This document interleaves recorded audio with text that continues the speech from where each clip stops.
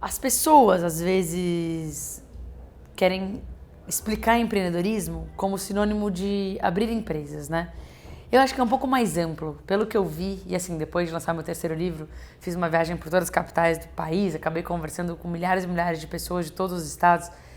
As pessoas falam empreendedorismo com o sinônimo de protagonismo, com o sinônimo de serem líderes daqueles projetos, os quais fazem sentido para essas pessoas. E eu acho que é bem por essa linha, né? Quanto mais cedo uma pessoa consegue entender quais são as habilidades empreendedoras, comportamentais, que conseguem ajudá-los a abrir portas, a serem líderes, a serem protagonistas, melhor. Então eu acho que tem uma importância muito grande ainda durante a faculdade.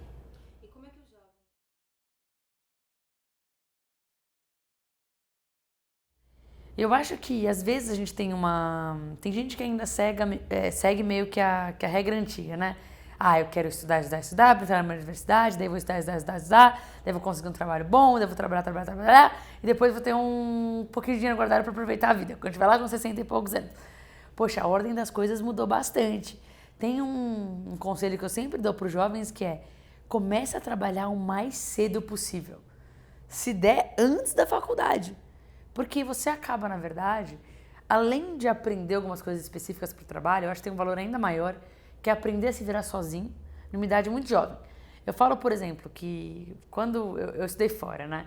Quando eu saí do Brasil, fui atrás do meu sonho, entrei no MIT, claro que o MIT me ensinou coisas fantásticas, mas o que mais me ensinou, o que mais me mudou, foi o fato de com 17 anos eu consegui me virar sozinha, me bancar. Então, isso tem um valor muito grande. E às vezes a gente não percebe isso. Então, esse lance de buscar oportunidades, perceber que é capaz, cair, mas levantar, eu acho muito importante. Muda a referência do que é possível para o jovem. Esse lado de inovação eu acho uma discussão muito, muito válida. Por quê? Porque inovação está bem mistificada. As pessoas pensam em inovação ou como um momento eureka, que do nada veio uma ideia, né? Então parece que é uau, do nada, o gênio pensou alguma coisa que ninguém pensou. Ou então pensam que é algo muito disruptivo. O cara que inventou o Skype, nossa, disruptou.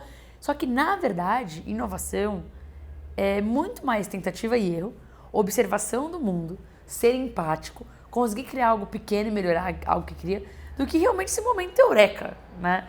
Então eu acho que as universidades têm um papel muito grande em deixar os estudantes trabalharem com algo que já pode ter efeito no mundo, mas de forma que se chama incremental, em incrementos, pouquinho a pouquinho melhorando, porque na verdade tem que desmistificar essa inovação. Inovação é tentativa e erro. É achar alguma coisa, encontrar uma hipótese, conseguir construir o mínimo possível para testar aquela hipótese, se fizer sentido seguir em frente, se não melhorar. E isso é muito mais mecânico do que a gente pensa, muito mais ligado ao empreendedorismo do que a gente pensa também. Então eu acho que isso acaba agregando muito, porque dá resiliência pro cara, dá criatividade pro cara, tira o medo dele, faz com que ele assuma riscos, porque talvez ele erre. Então eu acho que tem muito valor colocar projetos de inovação na faculdade.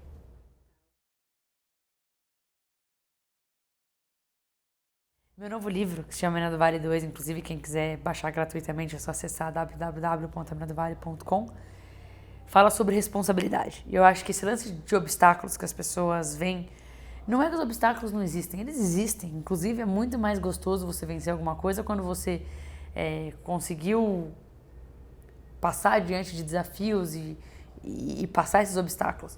Mas o que eu acho? As pessoas fazem com que os obstáculos virem também barreiras emocionais, psicológicas e maiores do que elas são, né? Eles existem, claro que existem. Se fosse fácil alguma coisa, todo mundo teria feito, né? E daí vira comoditizado, ninguém mais consegue fazer.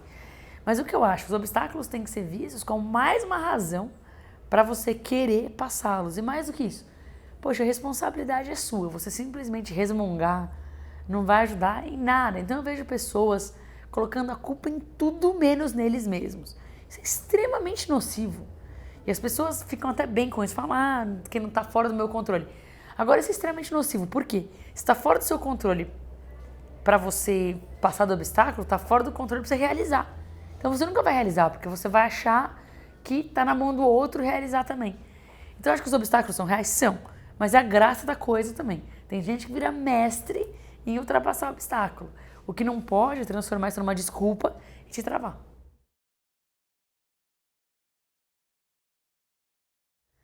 Quero deixar um recado que eu acho que é uma coisa tão simples, mas tão especial, é algo que eu sempre lembro pra mim mesma. Imagino que todos vocês têm sonhos, alguns sonhos bem grandes, né? E às vezes a gente vê referências de quem fez coisas grandes na vida e a gente pensa, é isso, eu vou atirar daqui pra lua e eu vou tentar num passo acertar.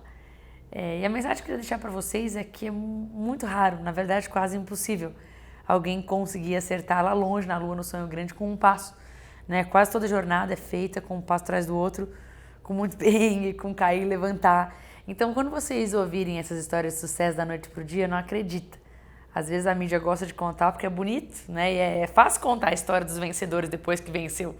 E daí facilitam, né? O cara que fez 300 apps e a número 301 deu certo, falam da 301, não falam das 300 antes. Então, minha dica para vocês é, lembre-se que a jornada é árdua, quando um passo não estiver dando certo, levanta, melhora e lembra que vai ser um passo atrás do outro que vai fazer você vencer qualquer distância. Não acredita nessas histórias meio malucas aí de sucesso da noite pro dia, que isso não existe.